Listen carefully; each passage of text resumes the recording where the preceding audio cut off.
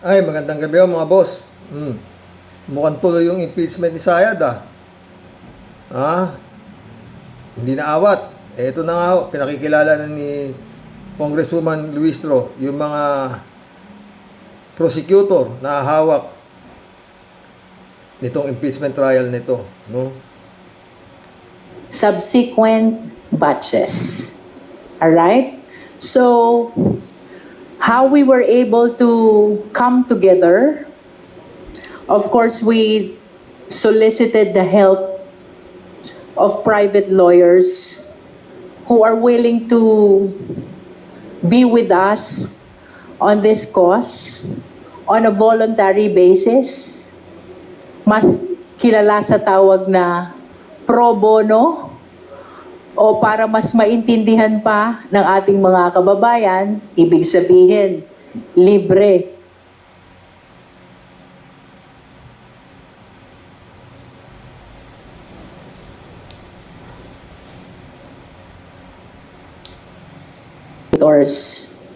But I want to make it clear that the lead and the one in control of the trial will still be the House prosecutors. In other words, ang mga private prosecutors po na makakasama ng House prosecutors will be assisting prosecutors. And pursuant to the rules, they will remain under the direct control and supervision of the House prosecutors. We are more confident than before because of the presence of the private prosecutors, and perhaps it's timely to introduce them now, and this will be followed by the succeeding batches of the private prosecutors who will be joining the House prosecutors, no? So that would be all for my opening statement. Thank you, ma'am. Prosecutor Diokno. Magandang umaga po sa atin lahat. Hindi naman po bago yung phenomenon ng mga private prosecutors sa impeachment proceedings. Nung pa pong panahon ng impeachment ni dating Pangulong Joseph Estrada, ay meron ng mga private prosecutors. Actually, I was one of those who served as a private prosecutor during that time. Pro bono po yun, volunteer po tayo. At yun ay ginawa po namin yun dahil naniniwala kami sa pananagutan. And we're very thankful that there are also private prosecutors who are providing the same kind of assistance to the public prosecutor. Mas malala pa nga eh. Mas lumala pa nung napatalsik si Erap eh, di ba? Dahil napunta dito kay Gloria, ha? Prosecutors today. Hindi po madali ang trabaho ng isang prosecutor. Maraming kailangan gawin in terms of witnesses, in terms of evidence. Di naman sila nanalo noon, yung panahon ni Erap, yung private prosecutor, talo sila.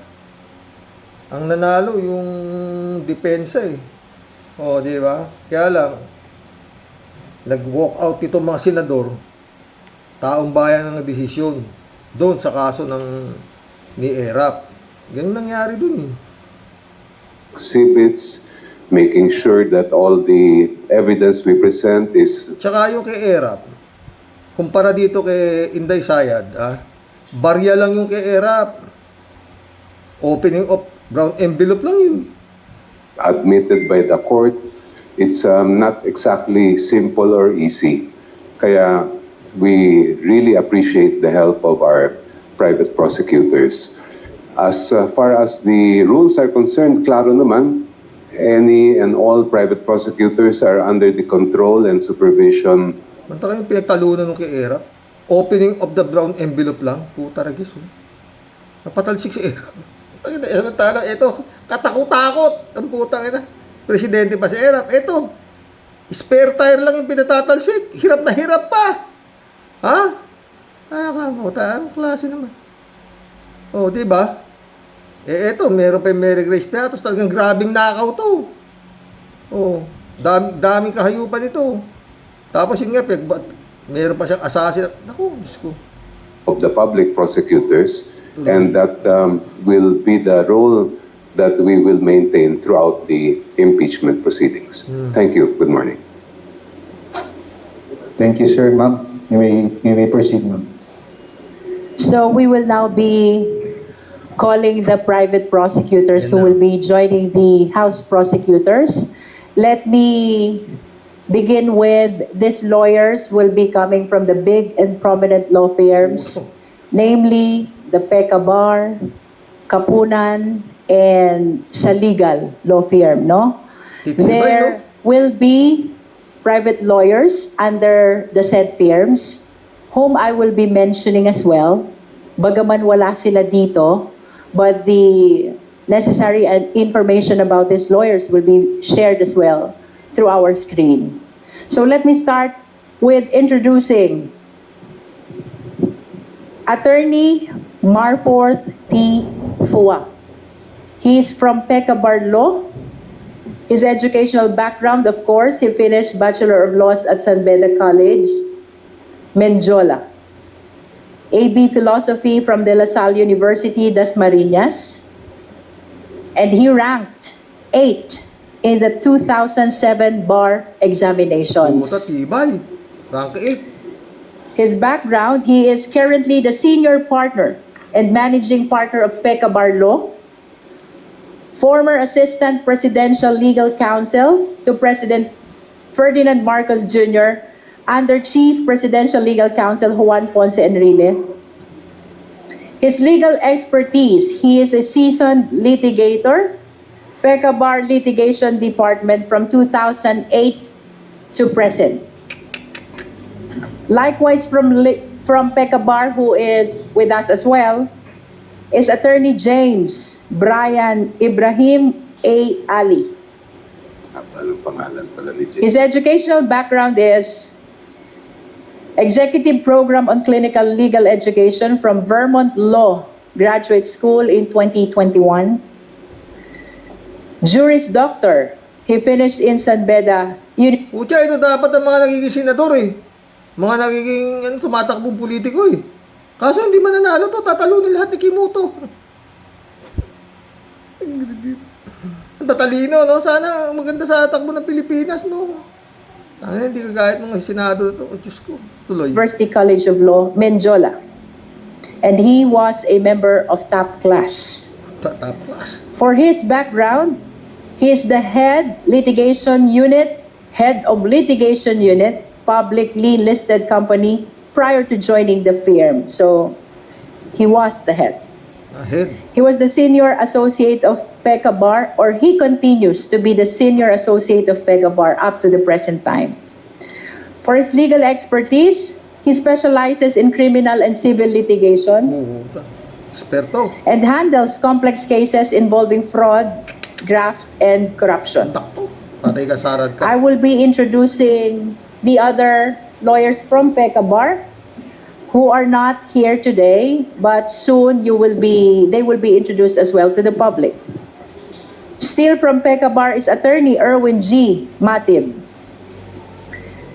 He is a Juris Doctor and he finished the same at University of the Philippines College of Law 2009.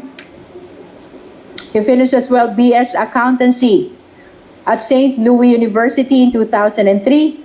He passed the CPA licensure exam on the same year, which means that he is a CPA lawyer. His background, he is a partner in Pekka Bar Law, 2016 to current, head of Special Projects Department, and head of Tax Department. For his legal expertise, he specializes on dispute resolution, including mediation, arbitration, and litigation. He handles complex criminal cases involving graft and corruption, bank fraud, and white-collar offenses. Finally, he advises clients on tax matters and strategic legal initiatives. Also from Pekka Bar. To complete the 4 private lawyers from Pekka Bar,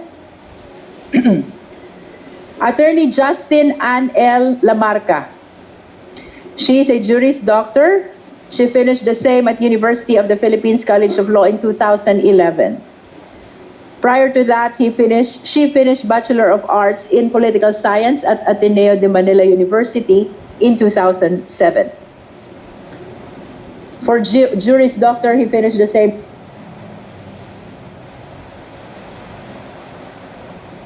She's currently a partner in Pecabar Law. That's from 2020 up to present.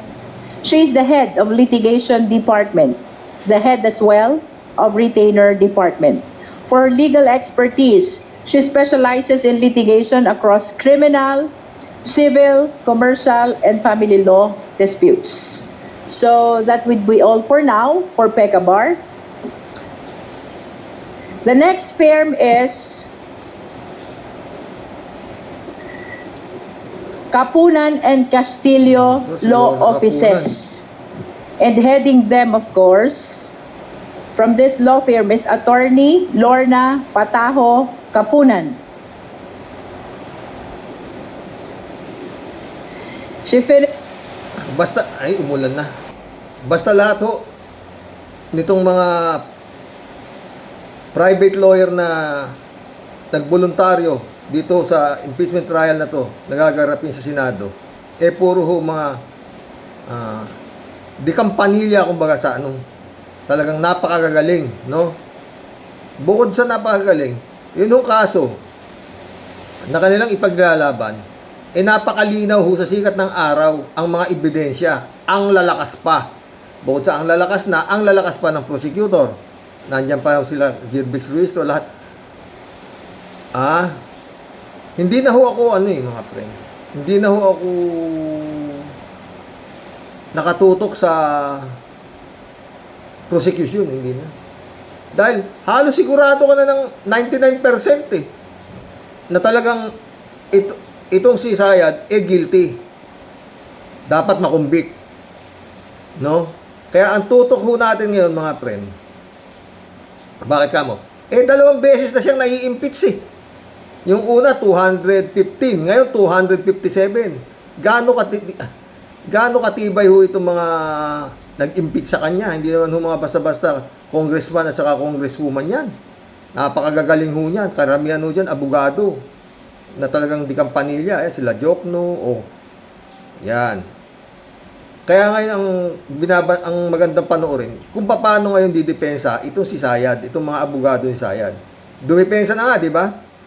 At ang kanilang depensa, walang kakwenta-kwenta. Kaya halos ayaw na nga sagutin nitong nila Congressman Luis Troy, yung sinagot doon sa mga articles of impeachment na isinampa sa Senado Kasi nga wala, puro technicalities, mga ganyan-ganyan. At gusto nila, inuutusan, sabi nga ni Sara, gusto ni Sara, ipa-dismiss na sa Senado yung kaso sa kanya dahil pinupolitika lang siya. Yun ang parati niyang sinasagot, pinupolitika lang siya. Kaya, come to the point, kaya siguro pinilit nito sila Cayetano na makakuha ang presidency sa Senado para siya ang haharap bilang tawag dito, yung siya ang magiging Senate President nga at siya ang hahawak, siya magmamanipula sa na impeachment trial sa Senado. Diba? Kaya nga ngayon, pinagbubutuhan na nila yung muntik na, nag-walk out lang ho yung mga minority. Dahil nga gustong ang gawin, maski na nakakulong at maski wala, pwedeng bumoto. Oo. Online. Ayaw pumayag nila Kiko Pangilinan, di ba? So, yun ho yung plano. Yun ho talaga yung plano. Baguhin nila yung na Senado. At hawak nila ang kapangyarihan ng Senado. God moves in a very mysterious way, di ba? Hindi ho pumayag si Lord. Kaya ngayon, si Gatchalian ngayon ang Senate President, acting Senate President, pero hindi na yan magtatagal. Kapal na lang ng mukha halos ang nilalaban yan. Wala na, pati yung sa land bank, pirma na ni Gatchalian ang ino-honor, di ba? Wala nang naniniwala sa kanya. Siya na lang mag-isa, tsaka siguro yung kapatid niya, na nilalaban na meron silang 13. Asan nga yung 13? Produce mo nga yung 13, kung meron ka pa 13 sa mga oras na to, wala na. Pero yung kabila, meron 12. O, di ba? Yun eh. Hindi ho natuloy. Sa mga tuwid, mga friend, hindi ho pwedeng i-dismiss, kagaya ng gusto ni Sayad, na ipa-dismiss na agad sa Senado yung impeachment para sa kanya na galing sa Kongreso. Hindi ho mangyayari. Magkakaroon ho ng trial. Magkakaroon. Sa 18 nga raw, magkakaroon na ng pre-trial, di ba? Doon ho, sa 18 pa lang, magkakatalo na dyan. Pre-trial na yan. Sa tos, July 6, yun ho, umpisa na ng trial, no? Isa lang ho dyan, sa article of impeachment na nakasampa kay Sayad, ang mapatunayan na guilty siya. Kada article of impeachment, magbobotohan pala eh. Kanina napanood ko eh. Yung Attorney Roy, yung dating matalino rin eh. Pag na-guilty na, di tapos na igad ang boxing kasi pag isa lang, apat yata yung articles of impeachment, 3. Pag isa doon lumusot, tapos na. Hindi naman kailangan lahat yun mag-guilty siya eh. Isa lang, enough na. Yung pinagbantaan niya yung buhay ni Bongbong, saka ni First Lady, saka ni Martin Romualdez. Doon wala na siya maisasagot doon. Kasi bunganga niya na yun. Hindi na pwede sabing AI yun. Naglalagablab yung mata niya ron, di ba? Umuusok yung ilong. Di ba? Doon lang sabit na eh. Ang dami pa. Palagi ko ihuhuli yun eh. Kasi pag inuna, tapos na. Gusto malaman nila Jirbix Ruistro yung mga Mary Grace Piatos, kung paano talaga yung unexplained wealth, yun yata uunahin eh. Talagang ilalabas yung baho sa lahat eh. Pero yun nga, mga pre. Kailangan ng 16 na boto.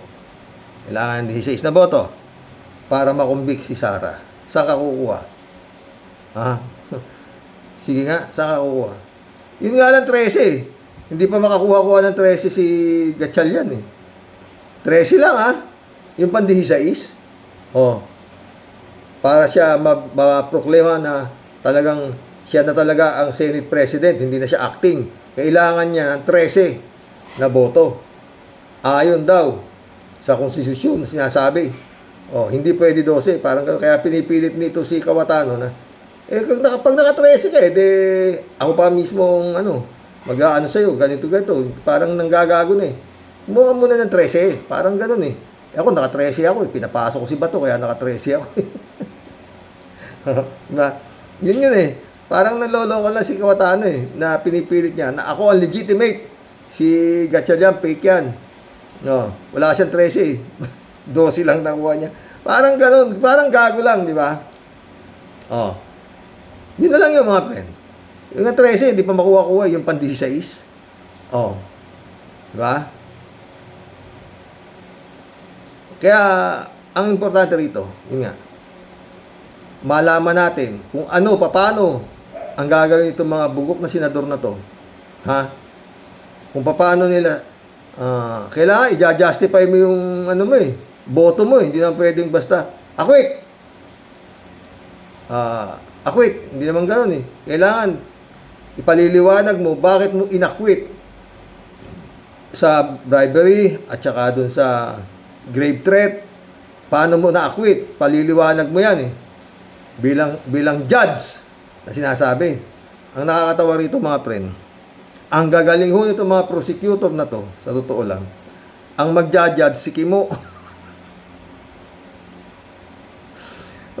Mga cum laude o to, mga tapos, ang judge si Kimo, anong klase naman yun? Ano pa? Yun nga eh. Bago ka maging judge, utangin na. Dadaan ka sa napakarami. Mag-aaral ka ng abogasya, lahat-lahat, bago ka maging judge. Samantalang, marunong ka lang kumanta ng Wonderful Tonight at naging senador ka, may posibilidad kang maging judge at magsusuot ka ng robe. Kaya nga dapat puta na ba yan? Taas-taasan nyo naman yung kwalifikasyon kasi. Ng puta, ba yan? Para kayo must be Filipino citizen. Know how to read and write, puta. Anak ng putang ng kwalifikasyon yan. Pwede ka nang mag-apply hanggang presidente. Putang inang yan. Anong bang klase yan? Dapat may kwalifikasyon. Ang ina naman, oh. Kayaya. Hayaan mo na yung mga dynasty na yan. Basta pag-uusapan, may kwalifikasyon, qualified. Meron mga, kaya apply ka ng sabihin natin, apply ka ng may bakanteng manager. Manager ng kumpanya, hihingan ka ng kung ano-ano. Tapos hanapan ka pa ng 5 years experience. O, apply ka ng seaman. Kung ano applyan mo, meron ka experience. At least 3 years, mga ganun. Putang ina.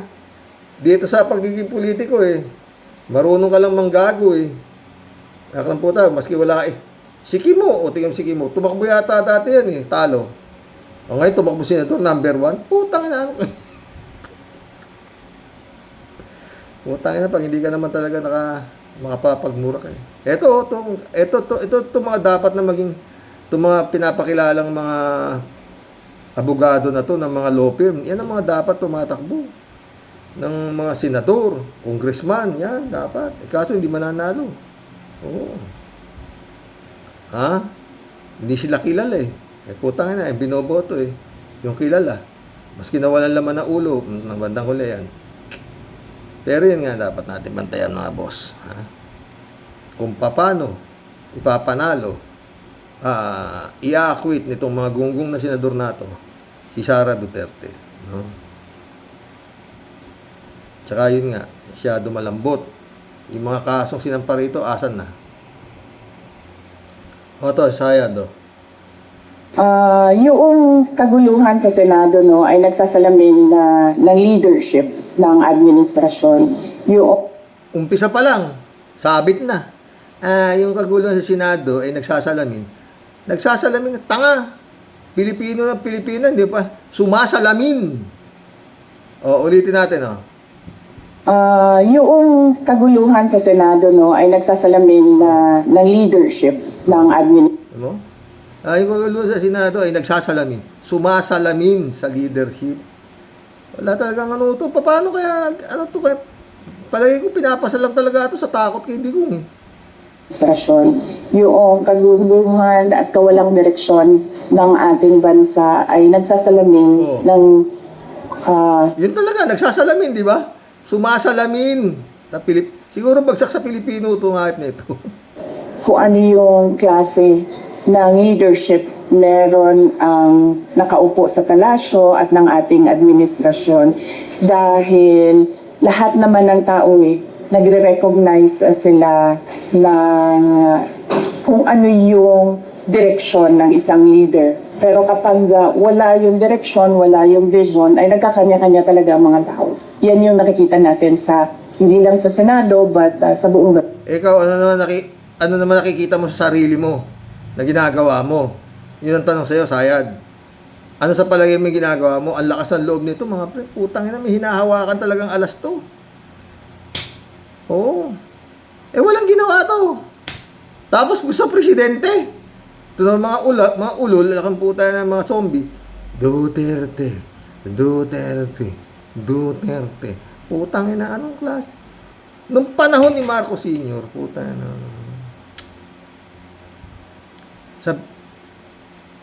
Matino ang panahon niya May curfew.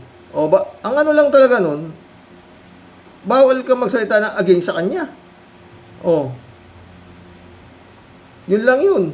Wala naman siyang anong masama na hindi naman siya pinapatay nga niya si Lim Sing, firing squad pa Ito si Duterte, anong ginawa niya itong gago na to? Ginawa niyang yung drug lord, economic advisor. Tapos yung buwang, si Kibulo, ginawa niyang spiritual advisor. Pinasweldo pa ng Pilipinas yan. Sigurado may sweldo yung mga hype na yan, di ba? Kano binaboy po. Tsaka yung nga paulit-ulit, nung panahon ni Marcos, ang puta na. Walang Senado, walang Kongreso. Walang eleksyon, ang laking tipid. Marami namang napatayo si Marcos. Eto mo, mga pinatayo na ito si Duterte, nakang putang ina, nagbabaksakan yung mga tulay. Tsaka yung paulit-ulit. Mula yung inutang ni Emilio Aguinaldo hanggang sa inutang ni Pinoy, isang termino lang tinira nito si pamilya nito. Utang na. Pero malambot talaga, wala. Kung talagang madidiinan to, ubos to eh. Ubos to. Paano nagsiyaman to? Mga ari-arian nito, hindi, unexplained wealth nga eh. Oh. Yun lang kakapunta sa dahig. Inuupa ka ng mga lintik na mga ganong kamamahal na mga abugago doon. Anak ng puta. Paano? No? Talagang baka mas mayaman pa to sa pinakamayaman sa baka sa isa sa buong mundo eh. Isa sa pinakamayaman to, hindi sa Pilipinas ah.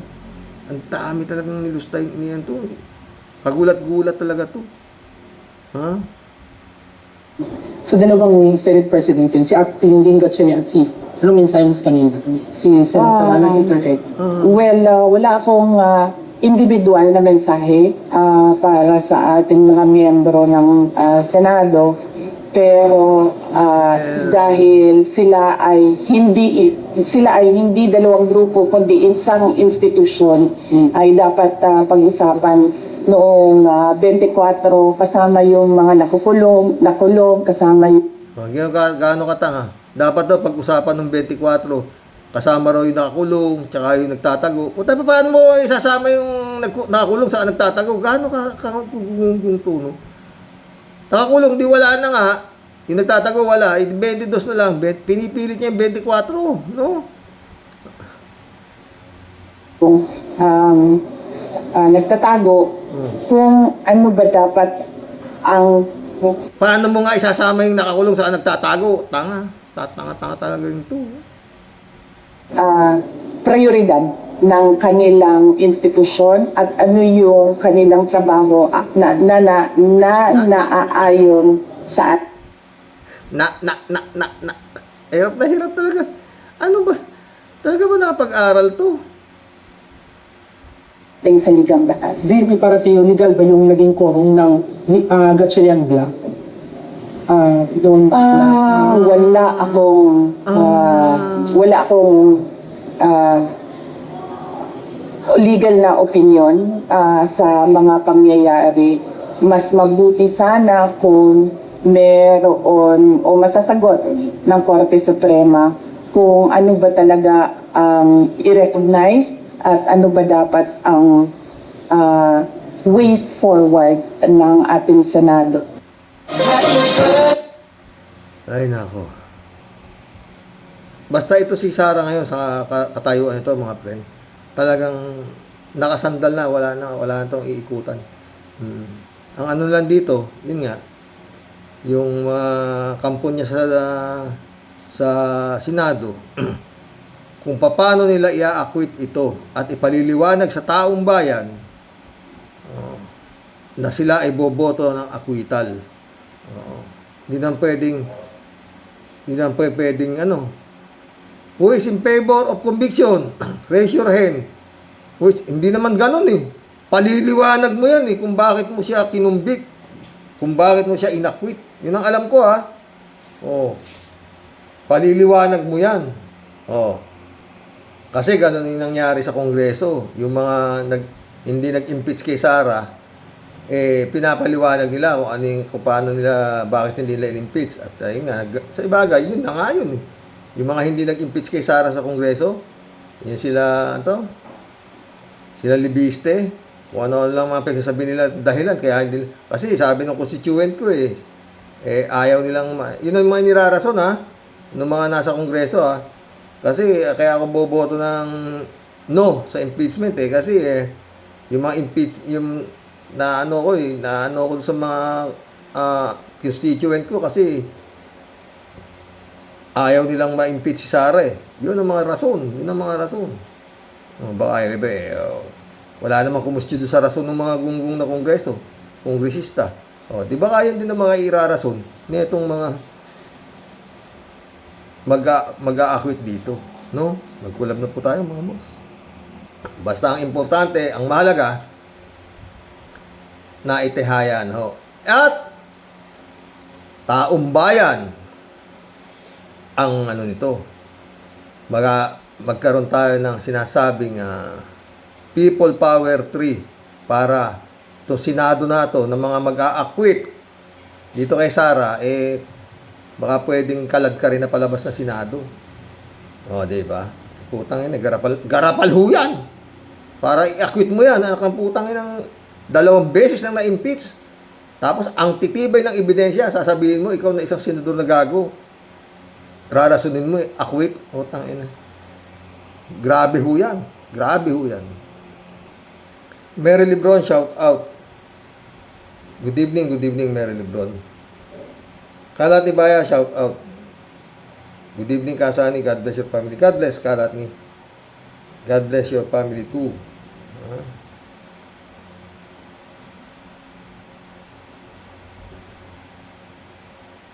Evelyn Torres, shout out.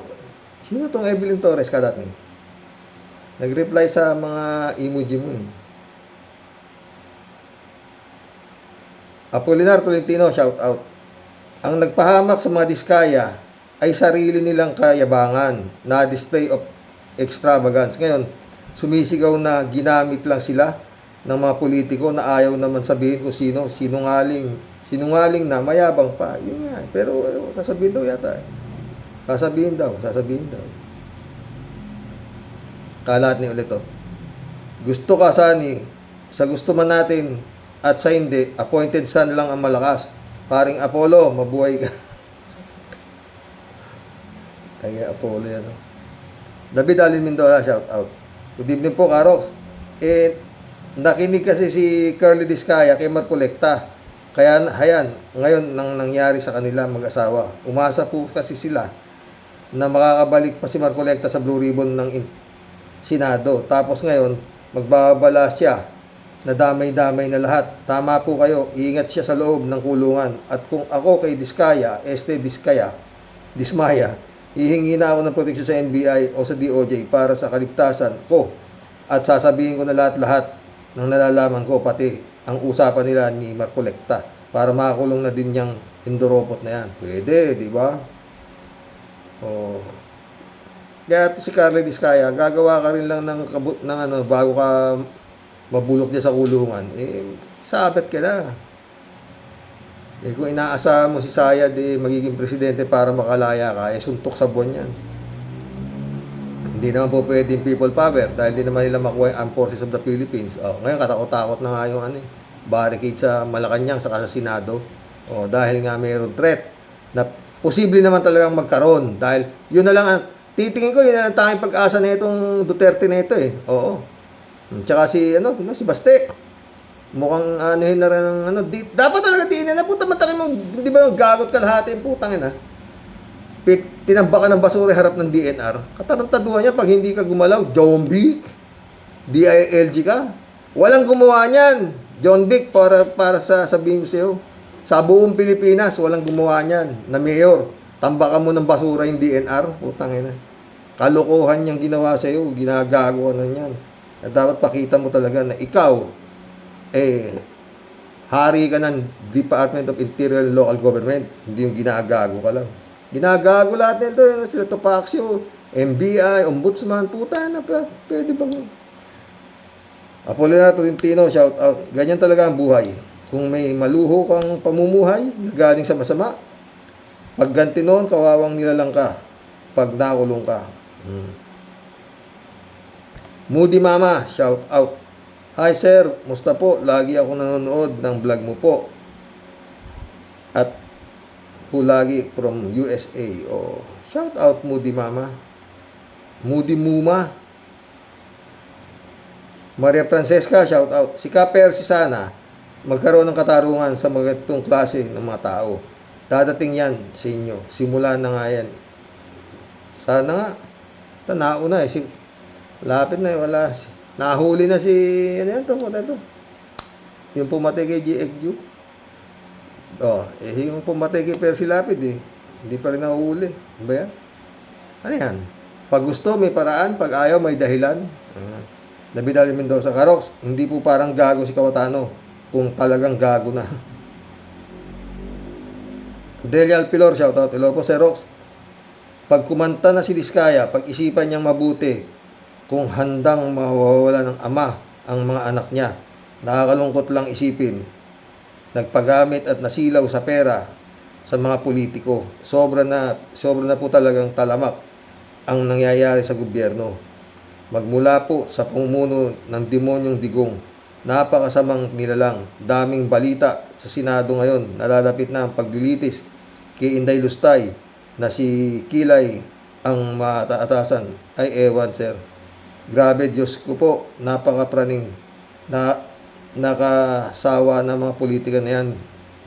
Sila na lang ang pinag-uusapan samantalang si PBBM panay ang pagdalo sa pagtulong sa mga sa yayaring sakuna. PBBM, ikaw ang kumilos nang matapos na ang kasamaan ng mga salot sa sinasakupan mo. Sobrang mga ginagawa nila para lang pabagsakin ka. Salamat po, Sir Rox. Dasal lang po ng maayos ang ating gobyerno. Ingat po tayong lahat. And God bless po. Pag si Boy Hikaw ang humawak ng trial, ang pinagpipilian si Boy Hikaw si Chis Escudero sa si Kiko Pangilinan ang magiging presiding officer yata sa Senado Oo. Aba, madala naman kayo. Di kay Kiko Pangilinan na kayo. At least alam ni Kiko Pangilinan ang ibig sabihin ng forthwith. Si Chis Escudero, hawakin mo. Di nga niya alam kung ano ibig sabihin ng forthwith. Isip naman kayo. His Excellency. Sa halip na mag-guilty yan nako, Diyos ko. Di nag-abogado lang yan si Chis Escudero kay Sayad. Nako. Yan ang pumigil. Kaya hanggang ngayon, di patapos yan. Diba? Pero sa ginawa niya, lalong nagka-leche-leche. Yung 215 votes ng Kongreso, naging 257 pa. Talagang iba gumalawang kami ng Panginoon. Michelle Edwin Mike, shout out my friend. Librado Ludovico, blessed morning Karox and to all warriors. Nakakaumay na itong nangyayari sa Senado. Mga walang kadilikatesa. Basta't maipilit ang gusto anak ng pating na kaldero kawatano. Sa kapal ng mukha nito, kahit anong kapal ng papel de liha, hindi uubra dito. Anak ng lecheng hinduroko. Papel de liha. Katam. Ron Valencia, shoutout. Bossing, hindi ako niniwala dyan kay 10K boy. Pwede pa kung sabihin niya na Senado siya ng DDS. Totoo. Ron Valencia. Si Diskaya, totoong ginagamit ng mga sinatong at ni Gong Di, pati yung mga cars na mamahali, hindi kanya yun. Ginagarahe lang yun doon. ESP. Yung mga walang papeles, dapat dito gwardiyan 24/7 at investigasyon ulit. At ikanta na niya ang gumamit sa kanya bago pa siya matigok at baka maging bayani pa siya. Totoo. 3J Shop, shoutout. Hello po, Sir Rox. Hi. Ang mga destabilizer ng Pilipinas, mga kampo ng kasamaan, alang-alang sa kalampuong si Sara, walang tigil ang ngaw-ngaw ni Caldero Defensor at si Tupacio. Talagang joint forces sila para kay Sara. Kahit ano man ang gawin ng mga ito, kung ang tadhana na nga ang sumasangalungat sa kanila, wala silang magagawa. Bagkos darating ang oras na pagbabayaran nila ang napakasakit ang kanilang mga kasamaan dahil ang Diyos ay hindi natutulog. Totoo yan. 3J Shop ka, ha? Wizkid, shout out. No bail pa, pre. Wag mag-alala, ha? Pastor Jun Lagon, my friend, shout out. Friend Shervin Sapeda, shout out. Annalisa Polinar, Christian Sen, July 7, Alcantara. Shout out sa inyo, mga friend. Kahapon, absent ka, Tia Daily. Alam mo, Sir Rox, ganito lang po yan, po. Yung pong mga taong sobrang bilib at tiwala at sobra pong kung sumamba kay Mr. Cubeta, yan talaga po ang napapala nyo. At Belat, buti nga sa inyo, hindi lang yan ang aabutin ninyong malupit na hagupit ng tadhana ng karma. Kasi, isipin mo naman, Sir Rox, talagang di lang po sila lahat nahiga sa pagiging buhaya sa kwarta ng bayan. Talaga pong literal na sila po lumalangoy sa sandamakmakbang kwarta ng bayan. Isang dati lang punasin at uhugin at ni wala ngang halos pumansin sa inyo, pero nung matikman nyo, ang sobrang dali lang pala ng maging pusakal sa pagpapayaman, talagang sobra nyong ginalingan. Sagad hanggang sa kaitiman ng buto ninyo ang inyong pagkasugapa at duhapa para kayong mapagbuhay ng mahari at reyna. Pwes, literal na ipinalamo ninyo sa pamilya ninyo ang buong angkan nyo galing sa pagnanakaw. O di ba? Sobra ka pang proud sa pagpapayabang ng mga magagaramong sasakyan, pero alam nyo sa mga sarili ninyo, ubod ng daming mga naghihirap at kumain dili na dapat sila ang nakikinabang sa mga pinagnanakaw ninyong mga salapi ng bayan. O ngayon, tawagin mo ang superhero mong si Cubeta. Tignan mo anong naging kapalit sa iyo ng sobra mong bilib sa isang dayokdok na buhayang katulad mo. Taong simbahan ka pa naman, pero di mo pinaniwalaan na sinabi ng Panginoon sa Biblia. Ang nasa itaas siyang ibababa, at ang nasa ibaba ay siyang itinataas. O sa palagay mo, asang ka dun, Mr. Madaya? Aber, wala ka na sa lulusutan ngayon. Sir Bukbok, kung ako sa'yo, bago ka pa saan humantong ba, galingan mo na ang pagkanta ng Sila ang Nagwagi. Ikaw ang nasawi.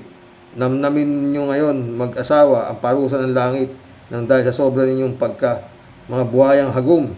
Kayo mismo sa sarili ninyo ang nagtulak para kayo tuluyang mahulog sa bangin mga leche.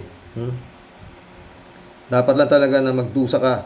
Mabuti nga yan sa inyong mag-asawa. Dapat lang talagang mabulok kayo sa kulungan kasama ng mga katulad ninyong mga pusakal na kriminal, mga leche, mga buwisit. Inam. OZ, shout out. Hey Tupaccio, listen to your statement before saying. Pag si Boyeng naging ombudsman, paktay tayong lahat. Maniwala kayo. Ombudsman na nga, OZ. Ombudsman si Boyeng. Shirley J. Sir. Nagpagamit din sa mga Duterte yan si Carlo Diskaya. Sayang. Nalawayan din ng mga taga Davao. Alam mo, Karox, taga Bicol pala yan sa Dait. Kaklase yan sa grade school ng isa kong kakilala. Nasilaw sa kwarta, hambog. Hambog pa nga yan sa hearing ng Blue Ribbon. Ngayon saan siya mapunta? Sa impyerno. Tanga. Nagpagamit. O, diba? Shirley J. Sir ulit. Delikado buhay ni Diskaya sa kulungan, Karox. Pumasok siya sa sindikato. Yan ang napala nila. Totoo. Maricel Chen, shout out. Maril Pabianak, shout out. Napakaraming nagamit ni Digong nung siya ay nabigyan ng kapangyarihan sa ating bansa. Pero nagkamali sila sa pagsunod. Kaya kanya-kanya sila ng problema na kinaharap sa lahat ng mga ginawa nilang labag sa batas. Kapalit ng karangyaan nila ay buhay, pero karangyaan ng buhay, pero ngayon makukulong sila ng matagal. Habang buhay yan, nak,